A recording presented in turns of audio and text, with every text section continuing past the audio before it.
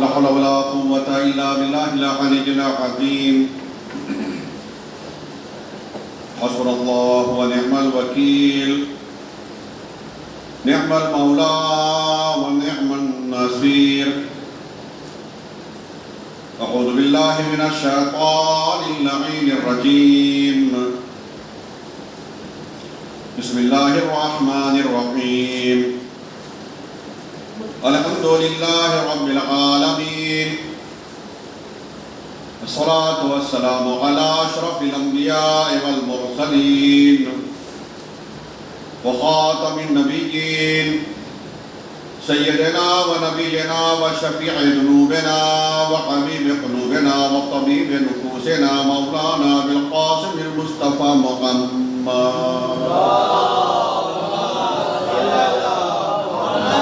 وعلى آله الطيبين الطاهرين المعصومين المنتجبين المنتخبين المظلومين، عظم الله عنهم الرجس وطهرهم تطهيرا.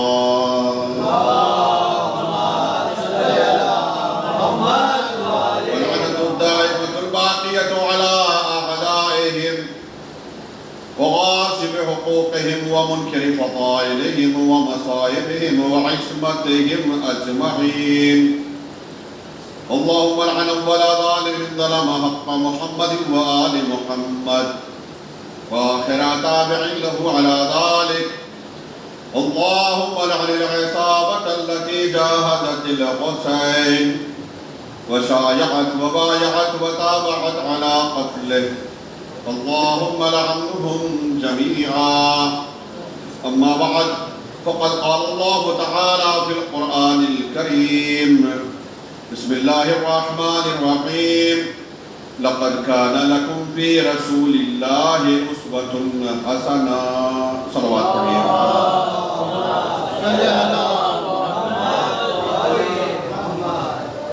سورہ احزاب 33واں سورہ قرآن مجید کا، اس کی آیت نمبر 21، اس کو عنوان گفتگو کے طور پر آپ کی خدمت میں پیش کیا. لقد كان لكم في رسول الله أسوة حسنة. تحقیق رسول اللہ کی زندگی آپ کے لیے نمونہ عمل ہے. رسول اللہ کی زندگی آپ سب کے لیے آئیڈیل ہے. یعنی رسول اللہ کی زندگی کو دیکھتے جائیے اور اپنی زندگی کو اسی سانچے میں ڈھالتے جائیے. اگر آپ یہ چاہتے ہیں کہ دنیا اور آخرت میں کامیابی حاصل کریں تو دنیا اور آخرت کی کامیابی کا دار و مدار یہی ہے کہ رسول اللہ کی سیرت پر عمل کریں. رسول اللہ کی سیرت پر عمل کریں گے، دنیا میں بھی کامیاب ہو جائیں گے اور انشاءاللہ آخرت میں بھی کامیاب. پروردگار عالم نے لوگوں کی ہدایت کے لیے 1,24,000 نبیوں کو بھیجا.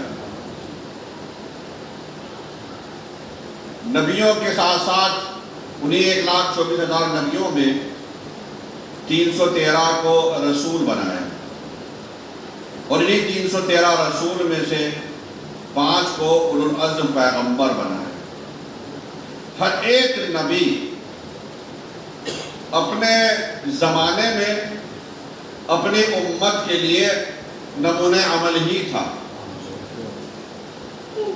وہ جو قوم اس زمانے میں تھی، جو اس نبی کی امت تھی، اس امت کے لیے وہی نبی آئیڈیل تھا. اب اپنے زمانے کے نبی کو دیکھیے، وہ نبی کس طریقے سے کھا رہے ہیں، پی رہے ہیں، اٹھ رہے ہیں، بیٹھ رہے ہیں، چل رہے ہیں، گفتگو کیسے کر رہے ہیں، اور آپ اپنی زندگی کو اسی اعتبار سے سنوارتے چلے جائیں. لیکن جب نبوت کا سلسلہ ختم ہونے لگا، رسالت کا سلسلہ ختم ہونے لگا اور پروردگار عالم نے یہ محسوس کیا کہ اب آخری نبی آئے گا، اور جو یہ آخری نبی ہے یہ وہ نبی ہے کہ جس کے بعد اب کوئی نبی آنے والا نہیں، اب کوئی اور رسول آنے والا ہے نہیں. اب کوئی اور شریعت نازل ہونے والی ہے نہیں، اب کوئی اور قرآن یا کوئی اور کتاب اللہ کی جانب سے نازل ہونے والی کتاب ہے نہیں۔ یہی نبی ہے جس کی نبوت قیامت تک رہے گی، یہی رسول ہے جس کی رسالت قیامت تک رہے گی، یہی صاحب شریعت پیغمبر ہے جس کی شریعت قیامت تک باقی رہے گی، اور یہی اس کے اوپر نازل ہونے والی کتاب ہے قرآن مجید جو قیامت تک کے لیے محفوظ رہے گی اور اسی پر عمل کیا جائے گا۔ قانون کی کتاب یہی رہے گی شریعت۔ لہذا پروردگار عالم نے قیامت تک کے لوگوں کے لیے ہمارے نبی ہی کو نمونہ عمل بنایا۔ اب کوئی نبی نہیں آئے گا، اب کوئی رسول نہیں آئے گا، اب قیامت تک جتنے بھی لوگ آئیں گے تمام لوگوں کے لیے آئیڈیل یہی تمہارا نبی ہے، یہی آخری نبی ہے۔ اب اس کی زندگی کو دیکھیں۔ عزیزان گرامی، ایک بڑا مسئلہ یہ ہے، ہم نے یہ محسوس کیا اور تاریخ نے لکھا اور خود قرآن مجید میں اس کے حوالے، اس کے تذکرے موجود ہیں کہ پروردگار اعظم نے جو نبیوں کو بھیجا، جو کچھ صاحب شریعت پیغمبروں کو بھیجا، جو کچھ ایسے پیغمبروں کو بھیجا جن کے اوپر اللہ نے کتابیں نازل کی، کچھ عرصے کے بعد انہی نبیوں کے ماننے والوں نے، انہی نبیوں کی امت والوں نے انہی نبیوں کی سیرت کو بدل ڈالا اور ان پر نازل ہونے والی کتاب میں بھی تحریف کر دی۔ مثلا جناب موسیٰ، پروردگار عالم نے جناب موسیٰ کو بھیجا۔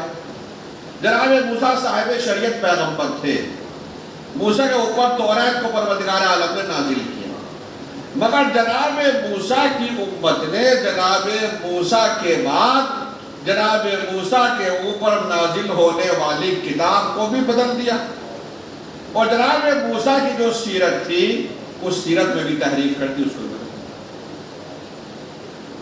مسئلہ نہیں ہے، چونکہ جناب موسیٰ کے بعد ابھی توریت کے بعد تو ابھی زبور پر نازل ہونا تھا، زبور جناب داؤد کے اوپر نازل ہوئی، زبور کا تو اس حد تک تبدیلی کر دی گئی کہ آج زبور نامی کوئی کتاب ہمارے درمیان میں موجود نہیں، جناب داؤد کی کوئی سیرت کوئی خاص موجود ہمارے درمیان میں نہیں۔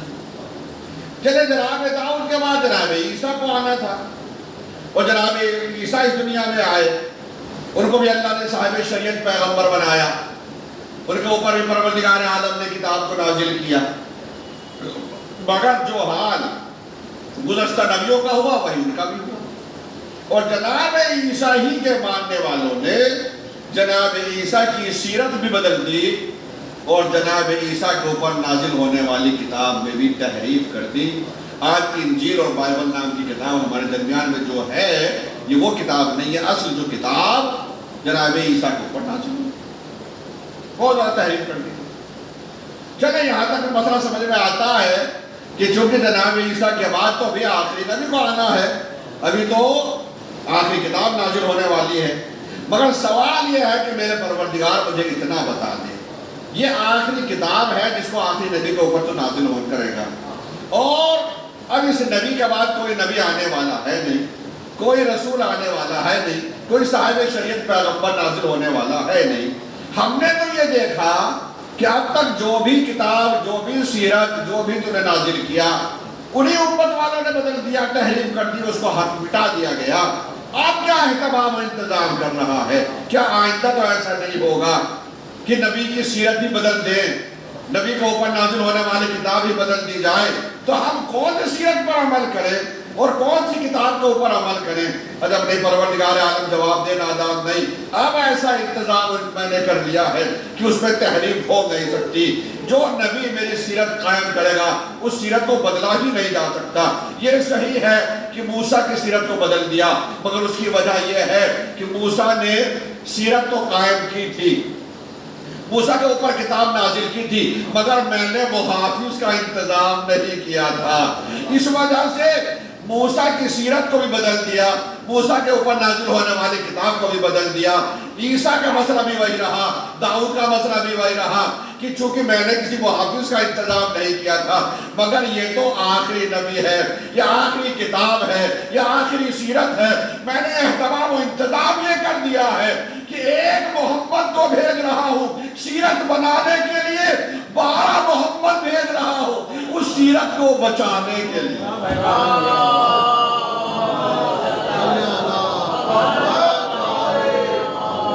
ایک محمد سیرت بنائے گا، مگر 12 محمد ہو بھی اس سیرت کو بچائیں گے۔ اپنا قرآن میں کوئی تبدیلی اور تحریف کی جا سکتی ہے، اور نہ اس سیرت محمد میں کوئی۔ اب یہ جو سیرت قائم کی ہے اس کے لیے، چونکہ سیرت رسول کو قیامت تک رہنا ہے۔ پروردگار عالم نے رسول اللہ کی زندگی کو ہمارے لیے نمونہ عمل قرار دیا، اور ہمارے لیے نمونہ عمل ہے، جس کا مطلب یہ ہے کہ وہ صحیح سیرت ہمارے درمیان میں ہونی چاہیے، جس کے لیے ہم یہ کہہ سکیں کہ اس میں تحریف نہیں ہوئی ہے، اس میں تبدیلی نہیں ہوئی ہے۔ یہ جو سیرت رسول کی ہے واقعہ رسول ہی کی سیرت ہے۔ یہ رسول کے اوپر جو نازل ہونے والی کتاب ہے، یہ واقعہ وہی کتاب ہے جو اللہ نے نازل کی ہے، اس میں کوئی تحریف نہیں ہوئی، کوئی تبدیلی نہیں ہوئی ہے۔ میرے پروردگار مجھے ایک چیز اور بتا، اور وہ یہ کہ ہم رسول کے زمانے میں پیدا ہوئے نہیں، ہم تو پیدا ہو رہے 1400 سال کے بعد۔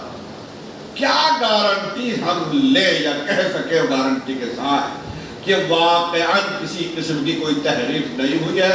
وہ جو سیرت رسول ہے واقعاً وہی سیرت رسول ہے جس کو تم سمجھ رہے ہو سیرت رسول، کوئی تحریف نہیں۔ سیرت اصل لے کس سے 1400 سال کے بعد، تاکہ ہم یقین کر سکیں منبع ہے کیا ہمارے پاس، مصدر کیا ہے ہمارے پاس۔ تو ظاہراً تین چیزیں ہیں، 3 طریقے ہیں، 3 ذریعے ہیں جہاں سے سیرت رسول ہمیں مل سکتی ہے۔ پہلی صورت ہے یا پہلا طریقہ ہے کہ ہم سیرت رسول کو لیں رسول اللہ کے صحابیوں سے۔ توجہ کیجئے گا، سیرت رسول ہم لیں رسول اللہ ہی کے اصحاب سے، جو رسول اللہ اپنے اصحاب کے درمیان میں رہتے تھے۔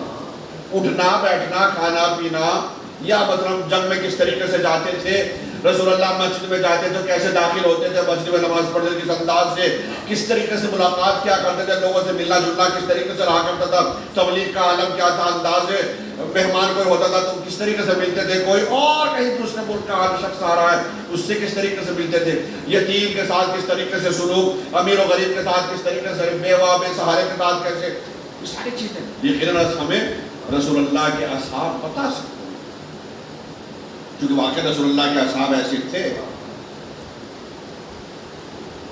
کہ جو رسول اللہ کی ایک ایک بات کے اوپر اپنی جان قربان کرنے کے لیے تیار تھے۔ اور یہی تو وجہ ہے کہ کوئی رسول اللہ کے اصحاب ہی تو تھے جو کوئی ایمان کے 10ویں درجے پر فائز ہو گیا، کوئی تو ایمان کے 90 درجے پر ہو گیا، کوئی 8ویں درجے پر۔ اسی لیے پھر طریقہ یہ ہے کہ ہم رسول اللہ کی سیرت کو رسول اللہ ہی کے اصحاب سے لیں، مگر دشواری یہ ہے کہ رسول اللہ کی سیرت ہم اصحاب سے صرف اتنی ہی لے سکتے ہیں جتنی رسول اللہ نے زندگی ان اصحاب کے درمیان میں گزاری۔ رسول اللہ جو بھی عمل انجام دیا کرتے تھے ان اصحاب کے درمیان میں، باہر گھر سے باہر، وہ تو صحابہ بتا سکتے ہیں، لیکن جیسے ہی رسول اللہ کے گھر کا دروازہ آ گیا، ڈیوڑی آ گئی، اب اصحاب کی نوعیت۔ اب رسول اللہ گھر کے اندر کیسے رہا کرتے تھے یہ صحابہ نہیں بتا سکتے۔ اب کیا کریں؟ دوسرا طریقہ، اور دوسرا طریقہ، دوسرا مصدر جو ہمارے پاس ہے رسول اللہ کی سیرت کے لیے، وہ یہ ہے کہ ہم رسول اللہ کی زوجات سے، رسول اللہ کی بیویوں سے رسول اللہ کی سیرت کو لیں۔ مگر ہم یہ دیکھتے ہیں واقعا رسول اللہ کی زوجات بتا سکتی ہیں رسول اللہ کس طریقے سے کھاتے تھے، کس طریقے سے بیٹھتے تھے، کس طریقے سے سوتے تھے، کس طریقے سے جاگتے تھے، اٹھتے تھے تو کس انداز سے، کروٹ کیسی لیا کرتے تھے، مثلا سیدھے لیٹتے تھے، کروٹ سے، یہ ساری چیزیں رسول اللہ کی بیویاں بتا سکتی ہیں۔ رسول اللہ گھر میں بیویوں کے ساتھ کس انداز سے پیش آتے تھے، زوجات کے ساتھ گھر کے کام کاج کرتے تھے یا نہیں کرتے تھے، کرتے تھے کس انداز سے، سب رسول اللہ کی بیویاں بتا سکتی ہیں۔ مگر رسول اللہ کی بیویاں رسول کی اتنی ہی سیرت بتائیں گی جتنی زندگی رسول نے گھر کے اندر گزاری ہے۔ اور جیسے ہی رسول کے دروازہ آ گیا گھر کا، اب باہر کے حالات کیا ہیں یہ بیویاں نہیں بتائیں، اصحاب بتائیں گے اس سیرت رسول کو جو گھر کے باہر کی سیرت ہے، زوجات بتائیں گے رسول کی اس سیرت رسول کو جو گھر کے اندر کی سیرت ہے۔ اور ہم یہ چاہتے ہیں کہ ہم دروازے پر بھٹکے نہ، اس دروازے پر، اس دروازے پر، اس دروازے پر، کوئی ایک مصدر ایسا ملے جہاں سے ہمیں کل سیرت رسول مل جائے، اور وہ کوئی اور نہیں بس ایک تیسرا طریقہ ہے، اور وہ طریقہ ہے اہل بیت کا راستہ۔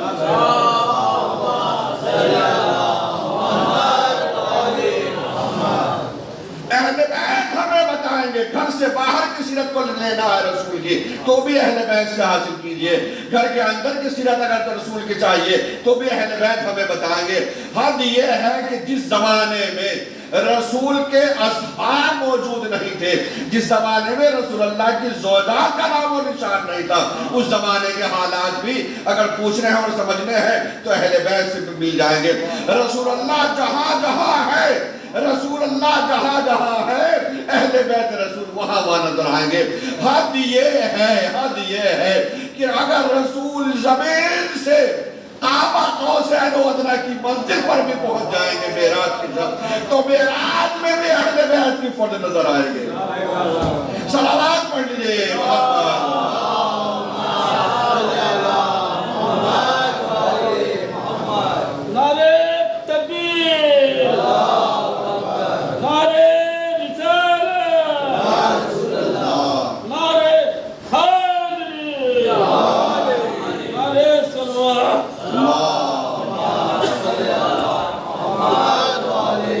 جزاک اللہ۔ اب رسول اللہ کی سیرت اہل بیت سے مل لینی پڑے گی۔ رسول اللہ گھر میں تو بھی اہل بیت ساتھ، رسول اللہ گھر سے باہر ہیں تو بھی اہل بیت ساتھ، مسجد میں ہیں تو بھی، میدان جنگ میں ہیں تو بھی، ہر ایک مقام پر۔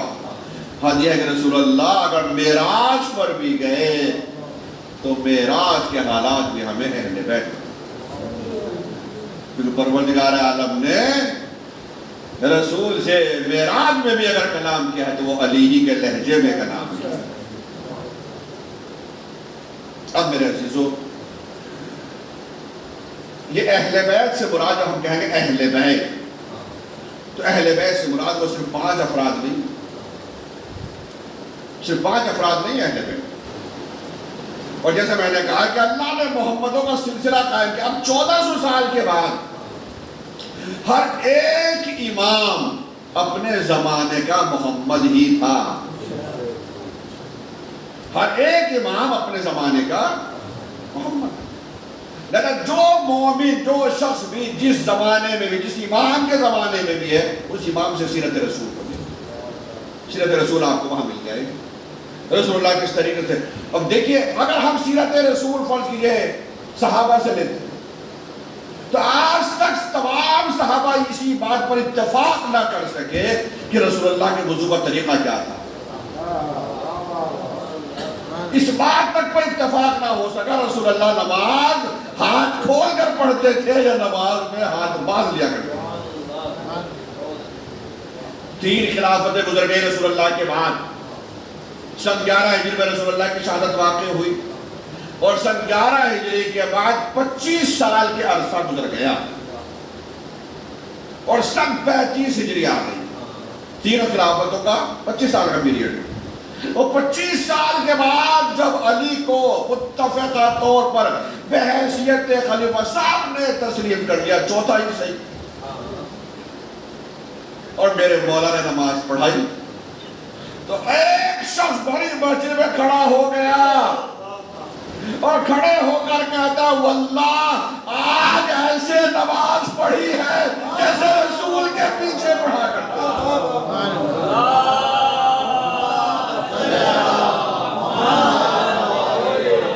اب آپ سمجھیں سیرت رسول کو کہاں سے لینا اور کیسے لینا۔ 25 سال کے اندر جو تحریف و تبدیلی کر دی گئی، فرمایا آج واللہ ایسے نماز پڑھی جیسے رسول پڑھایا۔ اب آپ سمجھیں دوسری خلافت کے بعد جو لوگ اکٹھے ہو کر آئے تھے اور آنے کے بعد کہا کہ اہل ہم آپ کو خلیفہ تسلیم کرنا چاہتے، ماننا چاہتے، بنانا چاہتے، آپ ہمارے خلیفہ ہیں، تیسرے خلیفہ کے طور پر. لیکن شرط رکھی گئی، حکم قرآن پر آپ کو عمل کرنا ہے، حکم قرآن کے ساتھ ساتھ سنت رسول اور سیرت شیخین پر عمل کرنا ہے. مولا نے فرمایا حکم قرآن پر عمل ہوگا، سنت رسول پر عمل ہوگا، سیرت شیخین پر نہیں ہوگا. سیرت شیخین پر عمل نہیں کروں، جس کی وجہ سے میرے مولا نے ٹھکرا دیا خلافت. اس کے بعد عثمان کو بنایا گیا ہے، مگر یہ کہاں تک ہوتا ہے؟ آخر میں گھوم پھر کے خلافت تیسرے کے بعد پھر مولا ہی کے قدموں میں آ. اب کی بات تو قبول کر ہی لیجیے. اب بڑا ایک مسئلہ وہی آ گیا، تو ہمیں سیرت جو لینی ہے وہ لینی ہے اہل بیت سے. ائمہ معصومین کا سلسلہ جو پروردگار عالم نے قائم کیا ہے، یہ سلسلہ اسی لیے قائم ہوا کہ اگر ادھر ادھر کہیں اور جاؤ گے تو بھٹک جاؤ. اب ایک سوال میرا یہ ہے، یہ میری تمہیدی گفتگو تھی اور میں جانتا ہوں کہ آج واقعی تاخیر ہو گئی، بڑا ٹرافک اتنا زیادہ تھا، 19 سے زیادہ کہیں زیادہ. کل انشاءاللہ ایسا نہیں ہوگا. ایکچولی مسئلہ ایک یہ بھی رہا کہ آج شب جمعہ تو نماز جماعت کے بعد دعائے کمیل اور مختصر مجلس بھی ہوئی، تو اس میں ٹائم لگا. اس کے بعد ہی چونکہ ادھر سے روانگی ہوئی. کل چونکہ شب جمعہ تو آج ہی ہے، کل تو نہیں ہوگا. کل اور اس چیز کا خیال رکھا جائے گا تاکہ وقت پر انشاءاللہ پہنچ سکیں اور مجلس بر وقت شروع ہو سکے انشاءاللہ. پرسوں کی مجلس تو اور بھی پہلے ہونی ہے، آپ کو معلوم ہی ہے، 9 بجے کے بجائے 8:30 کا ٹائم ہے. تو اس چیز کا بھی انشاءاللہ خیال رکھا جائے گا. ایک بار سلوات پڑھ لیجیے.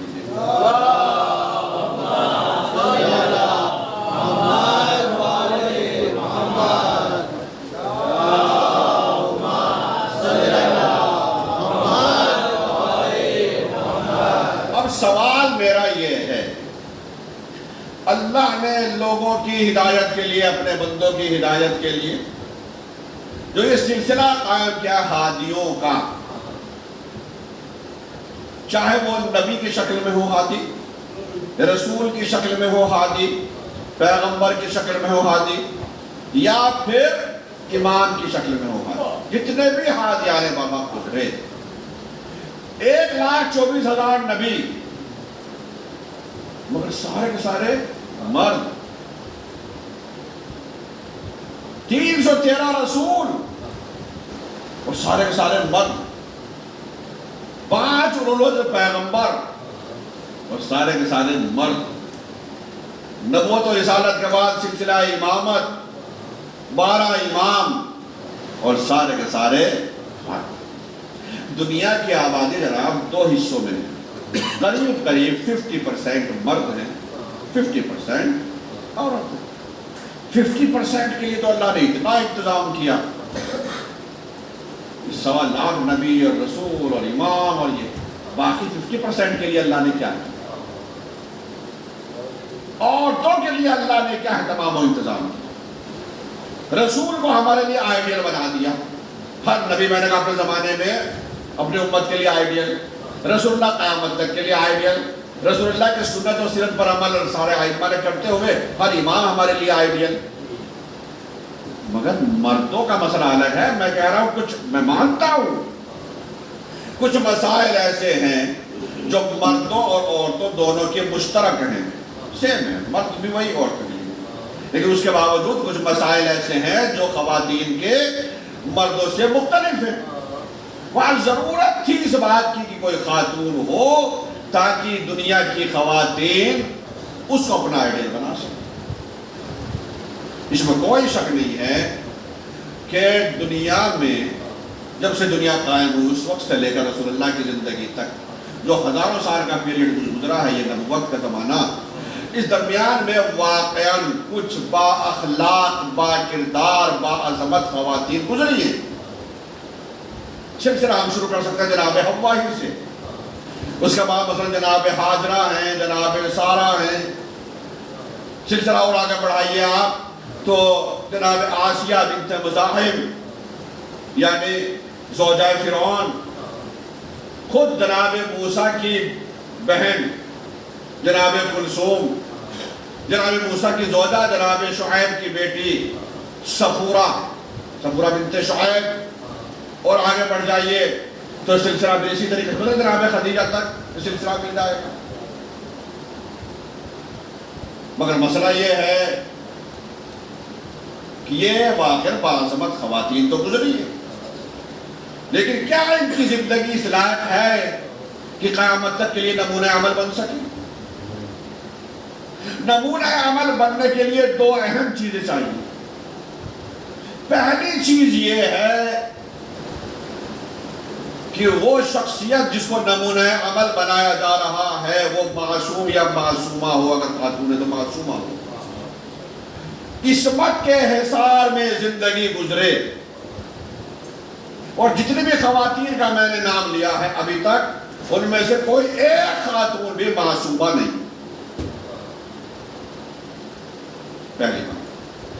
دوسری بات یہ ہے آئیڈیل ہونے کے لیے کہ خاتون کی یا خواتین کی زندگی میں تین پہلو ہوتے ہیں اور تینوں پہلو اس کی زندگی میں پائے جاتے ہوں. یعنی جو تین پہلو ہیں اس میں ایک پہلو یہ ہے کہ عورت بحیثیت بیٹی، عورت بحیثیت زوجہ، عورت بحیثیت ماں. یہ تین پہلو اہم ہیں عمودی طور پر. لہذا تینوں پہلو اس کی زندگی میں پائے جائیں تاکہ تمام عورتیں، بیٹی ہے تو وہ بھی آئیڈیل بنا سکے، زوجہ ہے تو وہ بھی آئیڈیل بنا سکے، اور ماں ہے تو وہ بھی آئیڈیل بنا سکے. اور جتنی بھی خواتین کے میں نے نام لیا ان میں سے کوئی نبی کی بیٹی ہے، کوئی نبی کی زوجہ ہے، کوئی نبی کی ماں ہے، اور کوئی نبی کو پالنے والی ہے، پرورش کرنے والی. مگر ضرورت ہے کہ تینوں پہلو پائیں. جہاں تک تعلق ہے عصمت کا تو پورے سلسلے میں صرف ایک خاتون ایسی ملی کہ پروردگار عالم نے جس کی عصمت کی گواہی دی، اور وہ کوئی اور نہیں، مادر جناب عیسیٰ جناب مریم بتول سلام اللہ علیہا.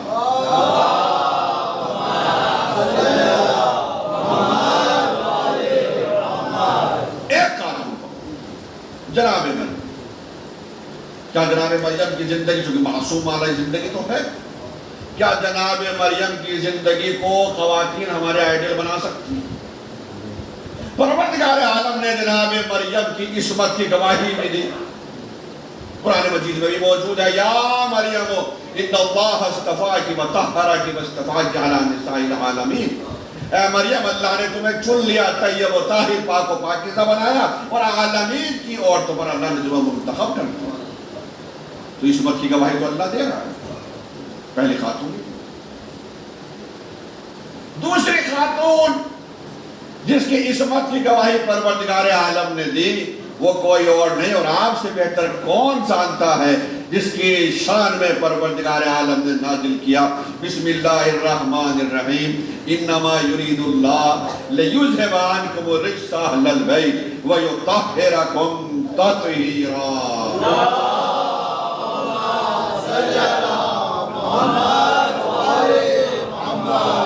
شہزادی فاطمہ زہرا سلام اللہ علیہ جس کی عصمت کی گواہی پروردگار عالم نے آیت تطہیر کو نازل کر دیا. جہاں تک تعلق ہے جناب مریم کا، اب دیکھنا یہ ہے کہ پہلی شرط تو ہے معصومہ ہے، مگر دوسری جو شرط ہے کہ زندگی میں دو اور تینوں پہلو پائے جاتے ہیں، وہاں بڑا مسئلہ آ جاتا ہے. چونکہ جناب مریم یہ تو بتا سکتی ہیں کہ ایک بیٹی کو کیسا ہونا چاہیے، تو جناب مریم کی زندگی گزری ہے، وہ بیٹی رہی ہے. جناب مریم یہ تو بتا سکتی ہیں کہ ایک خاتون کو بحیثیت ماں کیسے ہونا چاہیے، چونکہ وہی جناب عیسیٰ کی ماں. لیکن ایک خاتون کو بحیثیت زوجہ کیسا ہونا چاہیے مریم یہ نہیں بتا سکتی، کیونکہ جناب مریم کی زندگی خالی ہے، ان کی زندگی میں شوہر ہے نہیں. تو اب کیا؟ جناب مریم کا ذکر پروردگار عالم نے قرآن مجید میں کیا، کئی جگہ پر کیا.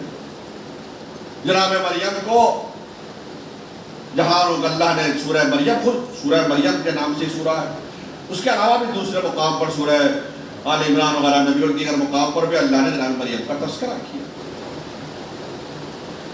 جناب مریم کی والدہ کا نام تھا حنا،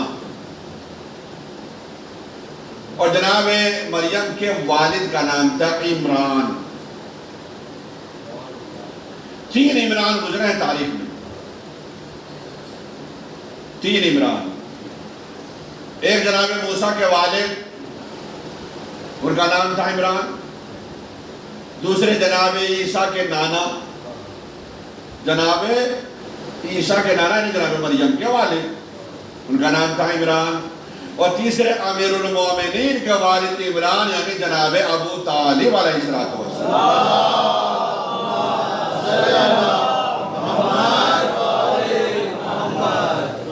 قرآن مجید نے جناب مریم کی والدہ کا نام ذکر نہیں کیا، عمران تو عمران کا، عمران کی زوجہ۔ جناب حنا جن کا نام تھا، جناب مریم کے پیدا ہونے سے پہلے ہی جناب حنا نے یہ نذر کی تھی کہ پروردگار، وہ یہ سمجھ رہی تھی کہ بیٹا پیدا ہوگا، کہ خیریت کے ساتھ میری ولادت ہو جائے، بیٹا پیدا ہو جائے گا تو میں اس کو بیت المقدس کے لیے نذر کر دوں، وقف کر دوں بیت المقدس کی خدمت کے لیے۔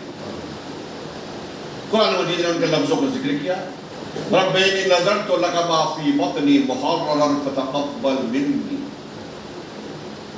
پروردگار میں نے تیری بارگاہ میں یہ نذر مانی ہے، جو کچھ بھی میرے شکم میں ہے یہ خیریت کے ساتھ ولادت ہو جائے گی تو میں اس کو بیت المقدس کی نذر کر دوں، مگر پروردگار تجھ سے دعا یہ ہے کہ میرے اس نذر کو قبول کر۔ ولادت ہوئی مگر دیکھ کر ماں حیران ہو گئی، چونکہ سمجھ رہی تھی بیٹا پیدا ہوئی بیٹی، رب انی وضعتها انثی، یا اللہ یہ تو میں نے بیٹی پیدا کی، بیٹی ہوئی ہے، ولادت ہوئی ہے بیٹی کی، میں تو بیٹا سمجھ رہی تھی۔ اور تو جانتا ہے وَلَيْسَ الذَّكَرُ كَالْأُنثىٰ، بیٹا بیٹی برابر نہیں ہوتے، اب کیا کرو؟ آواز قدرت آئی کہ تم گھبراؤ نہیں، تم اپنی نظر تم نے مانی ہے اس پر عمل کرو، ہم اس کو بھی قبول کر لیں گے، بیٹی ہے تو کیا ہوا، ہم بیٹی کو ہی قبول کر لیں گے۔ اور پھر اللہ نے سند دی، تقبلها ربها بقبول حسن، اللہ نے قبول کر لیا، بیٹی تھی تو کیا ہوا، اللہ نے بیٹی کو بھی قبول کر لیا۔ جناب عیسیٰ کی والدہ گرامی جناب مریم اب ماں کی نظر پر عمل ہوتے ہوئے بیت المقدس میں زندگی گزار رہی ہیں۔ اس زمانے کے جو سب سے بڑے نبی تھے جن کا نام ہے زکریا، جو رشتے کے اعتبار سے جناب مریم کے خالو ہوتے تھے، جناب مریم کی والدہ حنا اور جناب زکریا کی زوجہ، یہ دونوں آپس میں سگی بہنیں تھیں، چنانچہ اس وقت وہ نبی ہے، تو جناب مریم بیت المقدس میں زندگی گزار رہی ہے اور نبی ہے تو بیت المقدس میں آنا جانا ہے سلسلہ، مگر ہمیشہ وہ نبی ہونے کی وجہ سے ہمیشہ گھر میں تو نہیں رہتے تھے، ان کو تبلیغ کرنی ہے، گاؤں دیہاتوں میں بھی جانا ہے، پھر واپس آنا ہے تو اپنے گھر میں یہی آنا ہے حجرے میں جو بیت المقدس میں بنا ہوا ہے۔ جناب مریم گزار رہی زندگی اپنی بیت المقدس میں، قرآن مجید نے ایک لفظ استعمال کیا، محراب۔ عام طور سے جو محراب کہا جاتا ہے اس حجرے کو کہا جاتا ہے جو مولانا کے جہاں پیش نماز کھڑے ہو کر نماز پڑھاتا ہے، مگر یہاں مراد محراب سے وہ محراب نہیں ہے بلکہ مولانا کے لیے گاؤں دیہاتوں میں دیکھا ہوگا آپ نے، مسجد کے بازو میں ایک روم ہوتا تھا،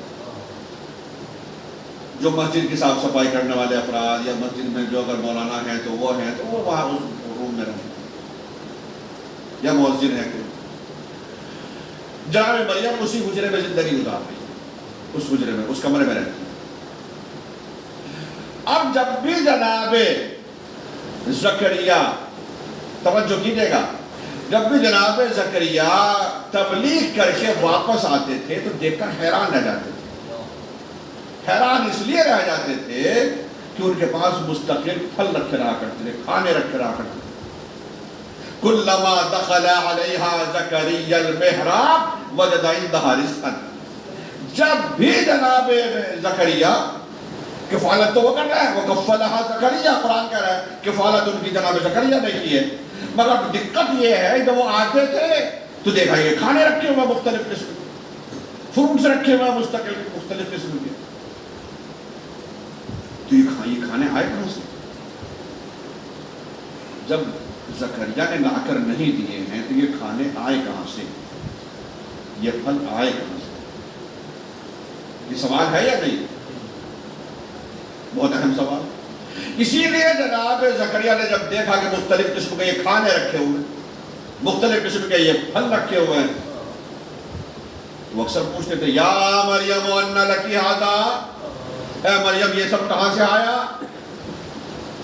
تو جناب مریم جواب دیا کرتی تھی ھذا من عند اللہ ان اللہ یرزق من یشاء بغیر حساب، یہ اللہ کی جانب سے ہے اور اللہ جس کو چاہتا بغیر حساب دے دیا کرتا ہے۔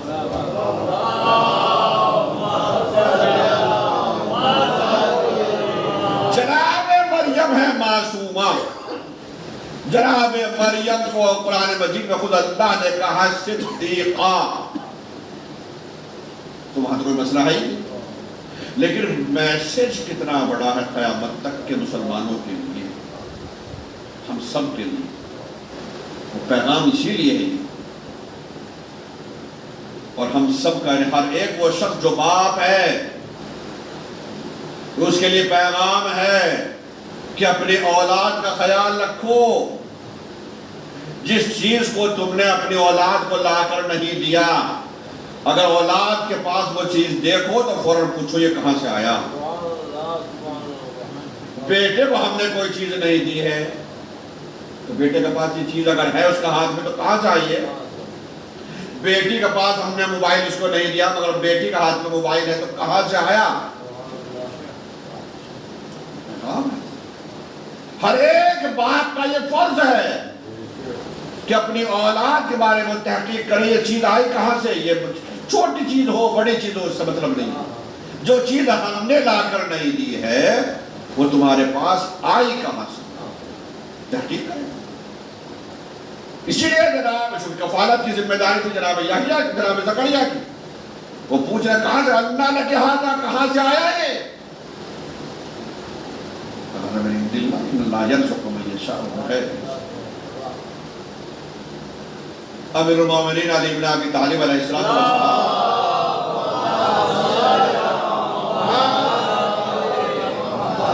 کئی دن کی جنگ کے بعد گھر تشریف لائے، مولا گھر آئے ہیں، کئی دن گزر گئے جنگ پہ، اکثر ایسا ہوتا تھا، مدینے کے باہر جنگ ہو رہی ہے، کبھی مہینے گزر جاتے ہیں، اب جب واپس گھر پہ آئے اور آنے کے بعد پوچھا کہ بنت رسول گھر میں کچھ کھانے کے لیے ہے؟ فرمایا ابو الحسن گھر میں تو کچھ بھی نہیں، کئی دن سے فاقوں پر زندگی گزر رہی ہے، فرمایا بنت رسول کم سے کم بتانا تو چاہیے، تو پیغام بھجوانا چاہیے، کہ میں اپنے بابا کی وصیت پر عمل کر رہی تھی۔ یہ 3 مجلسیں ہیں، آج کل پرسوں، کوشش ہماری یہ ہوگی سیرت زہرا سلام اللہ علیہ پر مجلسیں پڑھی جائیں، اور یہ تینوں جو زندگی کے پہلو ہیں بحیثیت بیٹی، بحیثیت زوجہ، بحیثیت ماں، ان تینوں کے اوپر مختصراً ہی صحیح اس پر روشنی ڈالی جائے۔ فرمایا میں اپنے بابا کی وصیت پر عمل کر رہی ہوں۔ فرمایا بابا کی وصیت کیا؟ کہ میرے بابا نے مجھ سے کہا کہ میری بچی، میری لاڈلی، کبھی بھی اپنے شوہر سے کسی چیز کا مطالبہ نہ کرے۔ کنیز زہرا کہنا بہت آسان ہے، اپنے آپ کو مولائی مولائی کہنا بہت آسان ہے، ایک چیز سمجھ دیکھیں آپ آج دقتیں کیوں ہو رہی ہیں؟ آج مسائل تو یہی ہو رہے ہیں نا گھر گھر میں، کہ شوہر کی آمدنی بیچارے کے 98 خرچہ ہے روپیہ، وہ ڈیمانڈ اتنی زیادہ ہو جاتی ہے کہ یہ لاؤ یہ لاؤ یہ لاؤ، وہیں سے اختلافات شروع ہو جاتے ہیں۔ ماں باپ نے اولاد کو تربیت کی نہیں کہ تمہیں دوسرے گھر جانا ہے تو کیسے جانا ہے، کیسے رہنا ہے، اس وجہ سے وہ اختلافات شروع ہو جاتے ہیں۔ جب میرا خرچہ اٹھا نہیں سکتے تو مجھ سے شادی کیوں کی تھی، یہ سارے مسائل ہیں۔ کاش ہم بھی رسول کی زندگی، میں نے کہا نا ہمارے لیے نمونہ عمل ہے، تو رسول کی زندگی یہی ہے کہ ہم اپنی اولاد کو، دوسرے اپنے بیٹی کو بھی آتے وقت ستیر وقت یہ کہیں کہ بیٹا شہزادی کی کنیز ہو، تو شہزادی کا ایک عمل یہ بھی تھا، باپ نے یہی کہا تھا کبھی بھی اپنے شوہر سے کسی چیز کا مطالبہ نہ کرنا، وہ خود سے کوئی چیز لے کر آئے تو اللہ کا بھی شکر ادا کرنا اور اس کا بھی شکریہ ادا کرنا، اور اگر نہ لا سکے تو صبر۔ کہیں ایسا نہ ہو تم کسی چیز کا مطالبہ کرو اور وہ اس کو پورا نہ کر سکے، جس کے نتیجے میں اس کو شرمندگی اٹھانی پڑے۔ اور امیر المومنین گھر سے نکل گئے، ٹھیک ہے میں دیکھتا ہوں، باہر گئے، وہ ایسا وقت نہیں تھا کہ کہیں مولا مزدوری کرتے، کچھ عمل انجام دیتے، کسی آشنا کے پاس گئے اور مولا نے 1 درہم قرض کے طور پر لیا گھر کے راشن کے لیے، لیکن جیسے ہی وہ 1 درہم لے کر دکان کے قریب جا رہے تھے، دیکھا کہ جناب مقداد آ رہے ہیں۔ جناب مقداد ایمان کے 8ویں درجے پر ہیں، اب آپ نہیں سمجھ، 8ویں درجے پر، اور جناب مقداد کے حوالے سے بہت ساری روایات ہمارے یہاں موجود ہیں، اور واقعاً اللہ کی ذات پر توکل اور بھروسہ کرنے والی ذات، اور صرف اللہ ہی نہیں بلکہ ولی اللہ کی ذات پر۔ بات آ گئی تو عرض کرتا چلوں کہ ایک مرتبہ اور ایسے ہوا کہ جب جناب مقداد آئے تھے مولا کے پاس، اور آنے کے بعد کہا مولا تنگ دست ہوں، بہت پریشان ہوں، پریشانی اب بچوں کی دیکھی نہیں جا رہی ہے، مولا کچھ عنایت کر سکے، کچھ ہو تو عنایت کر دی تاکہ بچوں کے لیے کچھ لے کر چلا جاؤں کھانے پینے کے لیے۔ تو مولا نے اس وقت فرمایا تھا، سنی ہوئی روایت ہوگی، مولا نے فرمایا کہ مقداد اس پتھر کو اٹھا کے لے کر آؤ۔ مقداد گئے، اس پتھر کو اٹھا کے لے کر، مولا نے اس پتھر کے اوپر کچھ پڑھا اور کہا مقداد تم بھی کہہ دو یا علی، اور مقداد نے کہہ دیا پتھر پر یا علی، اور جو پتھر تھا پتھر نہ رہا، پتھر سونے کا ہو گیا۔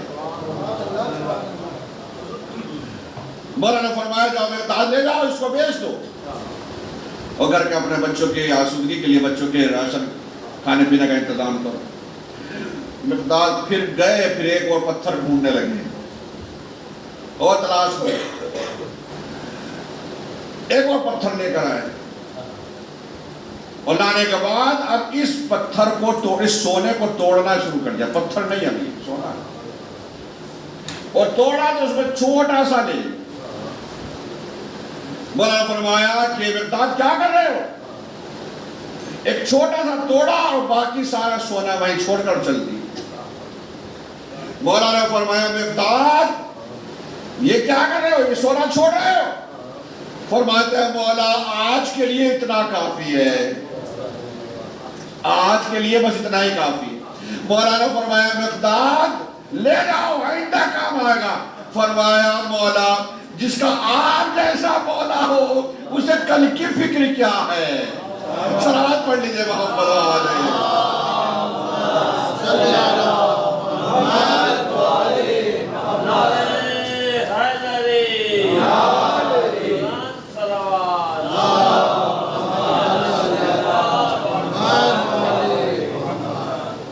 آج مقداد بازار میں ملے اور مولا نے جو مقداد کی حالت دیکھی تو مولا سے بھی دیکھی نہ گئی۔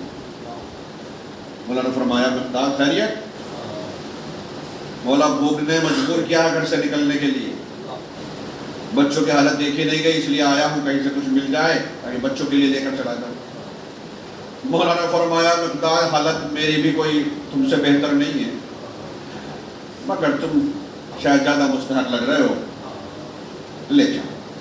وہ 1 درہم جو مولا نے لیا تھا بطور قرض وہ مقداد کو دے دیا، جاؤ اس سے سامان خریدو، جاؤ لے جاؤ۔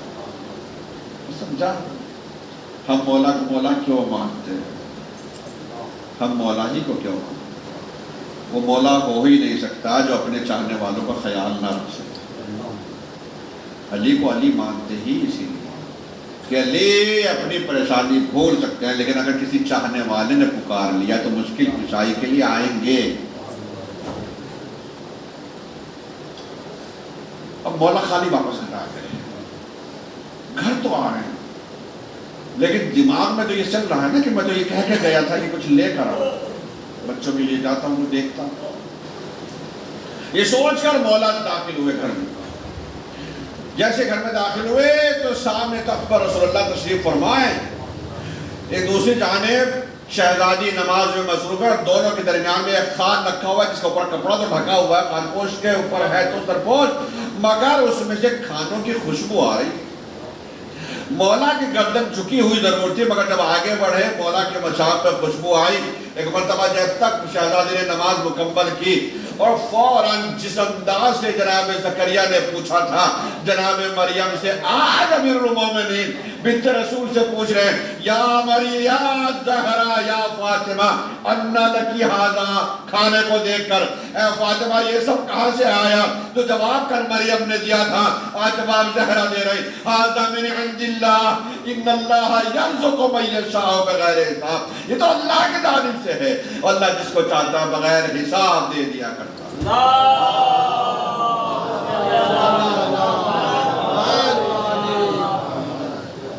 بغیر حساب کے، تو یہ شہزادی زہرا سلسلہ انشاءاللہ مجالس کا رہے گا۔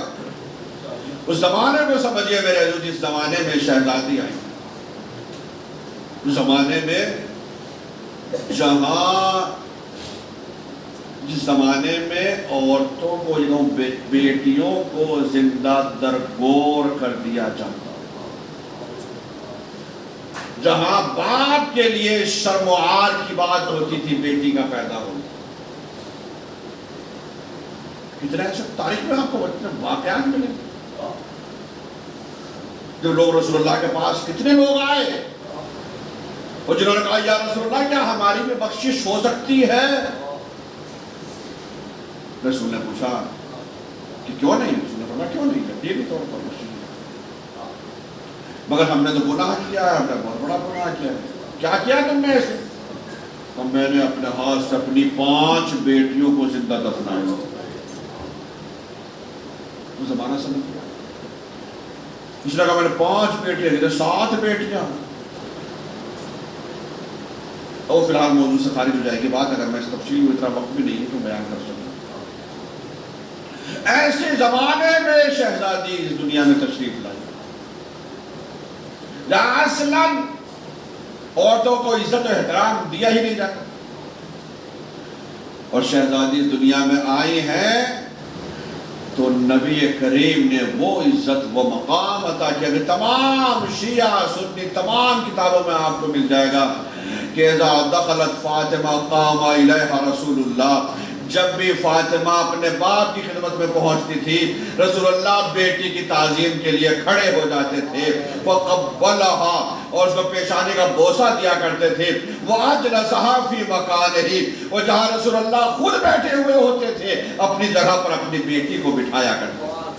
صلوات پڑھ لیجئے محمد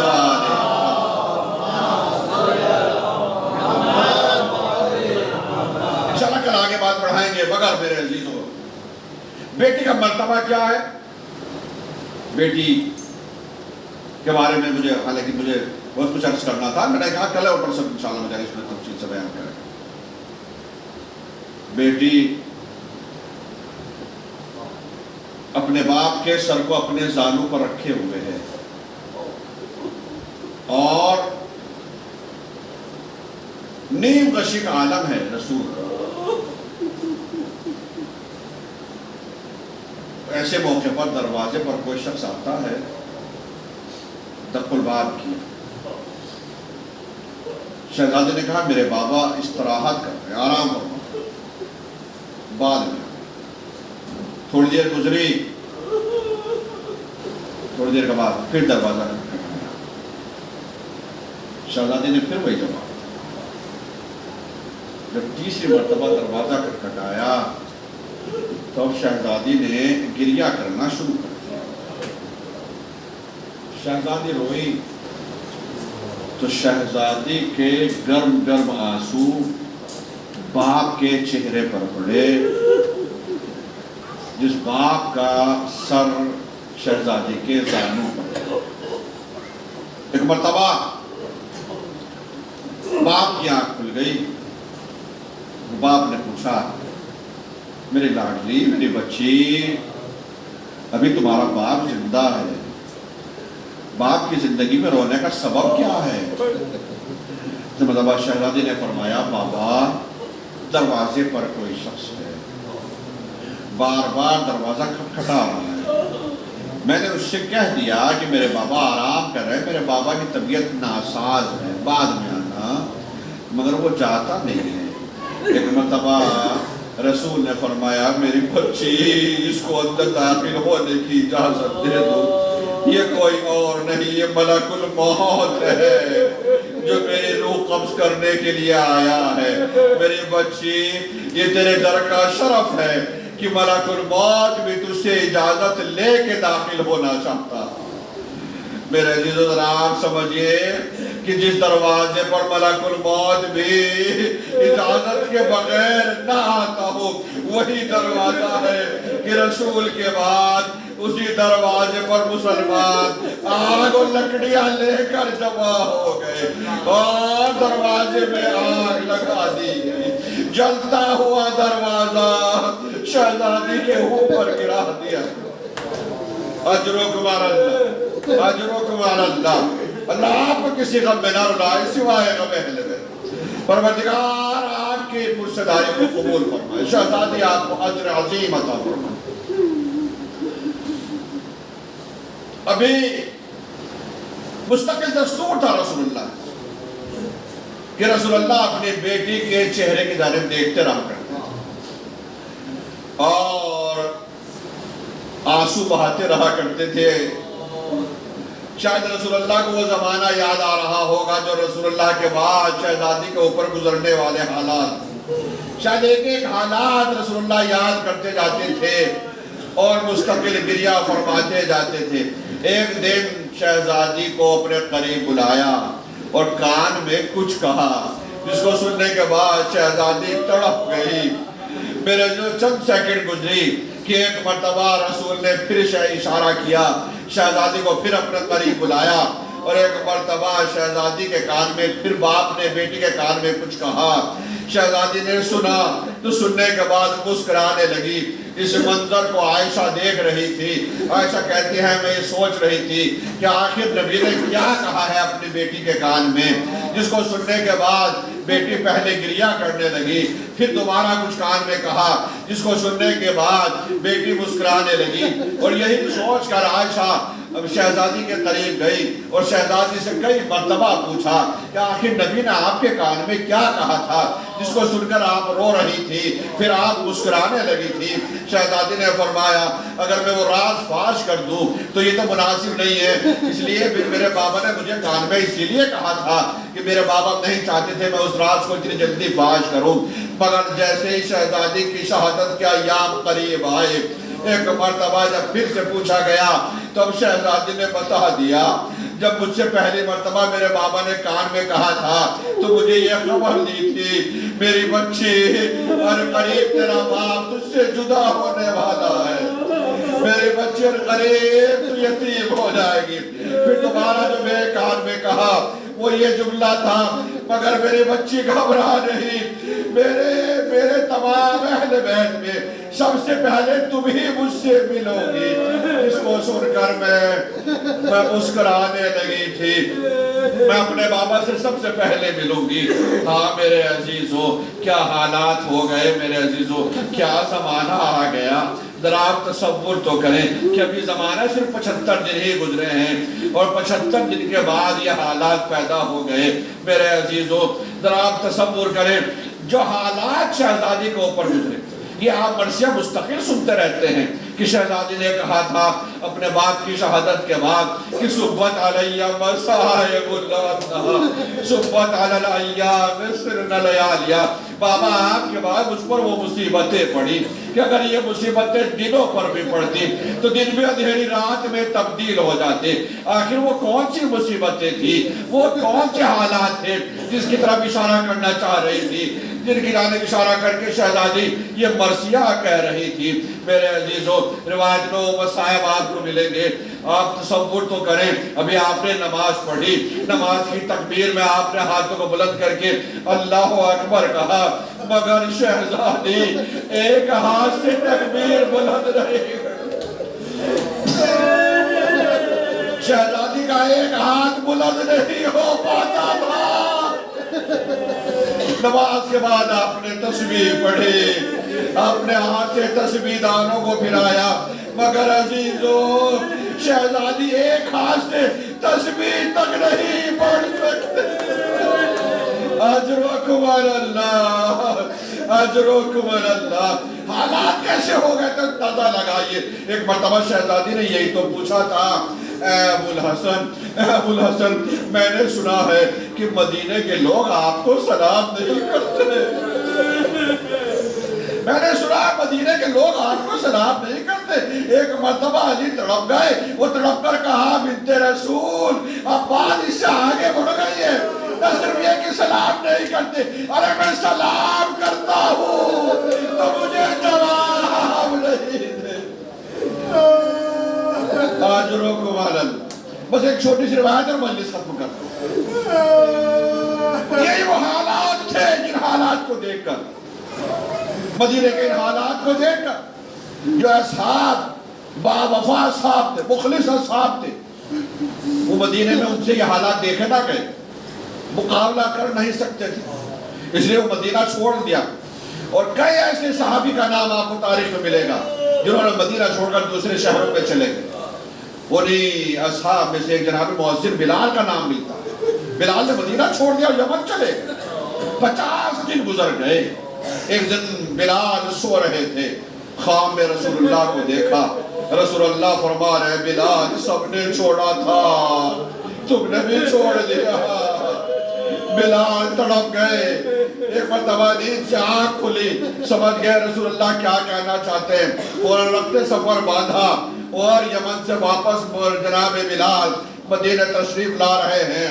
جنگل کی آگ کی طریقے سے ہوا پھیل گئی، رسول کے صحابی مؤذن بلال آ گئے، شہزادی کو خبر ملی، بلال آ گئے۔ ایک مرتبہ شہزادی نے اپنے بچوں کو بھیجا، جاؤ میرے بچوں میرے بابا کا مؤذن آ گیا، ذرا بلال کو بلا کر لے کر آؤ۔ جیسے ہی بلال تک پہنچے حسن و حسین، ایک مرتبہ بلال کہتے ہیں شہزادو تم نے کیوں کر آنے کی زحمت کی، میں تو خود آ رہا تھا۔ شہزادی کے دروازے پر پہنچے، اپنی پیشانی کا ایک مرتبہ اپنی پیشانی شہزادی کے دروازے پر چوکھٹ کا بوسہ لیا۔ شہزادی نے کہا بلال جو جملہ رسول نے خواب میں کہا تھا، آج شہزادی کہہ رہے بلال سب نے چھوڑا تھا تم نے بھی چھوڑ دیا۔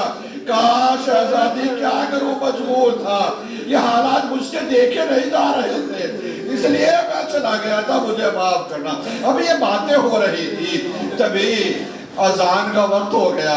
ایک مرتبہ شہزادی نے تڑپ کر کہا بلال اگر ممکن ہو سکے تو ایک مرتبہ گلدستہ اذان پر جا کر ایسے ہی اذان کہہ دو جیسے میرے بابا کے زمانے میں کہا کرتے تھے، جیسے میرے بابا کے زمانے میں کہا کرتے تھے۔ ایک مرتبہ بلال نے کہا شہزادی میں نے تو یہ عہد کیا تھا کہ اب رسول کے بعد کبھی گلدستہ اذان پر جا کر اذان نہیں کہوں گا، آپ کا حکم سر آنکھوں پر لیجئے۔ بلال گئے، گلدستہ اذان پر پہنچے، بلال نے اذان پڑھنا شروع کی، اللہ اکبر، شہزادی نے بھی دہرانے شروع کر دیا الفاظ اللہ اکبر اشہد ان لا الہ الا اللہ. شہزادی نے دہرایا اشہد ان لا الہ الا اللہ.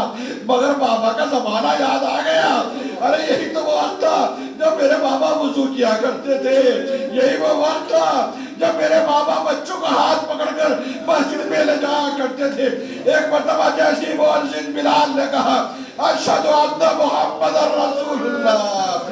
ایک مرتبہ شہزادی سے برداشت نہ ہوا, غش کھا کر زمین پر گر گئی.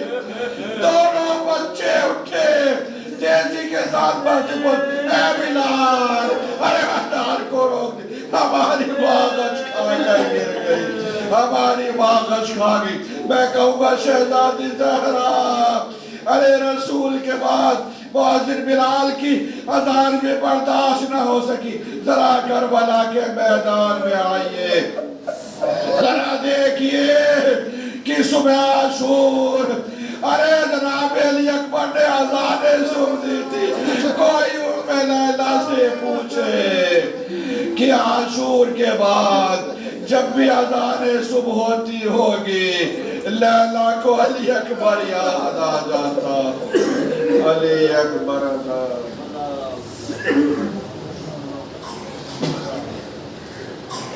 الا لعنت اللہ علی القوم الظالمین وسيعلم الذين ظلموا أي منقلب ينقلبون إنا لله وإنا إليه راجعون رضا بقضائه وتسليما لأمره ربنا تقبل منا إنك أنت السميع العليم.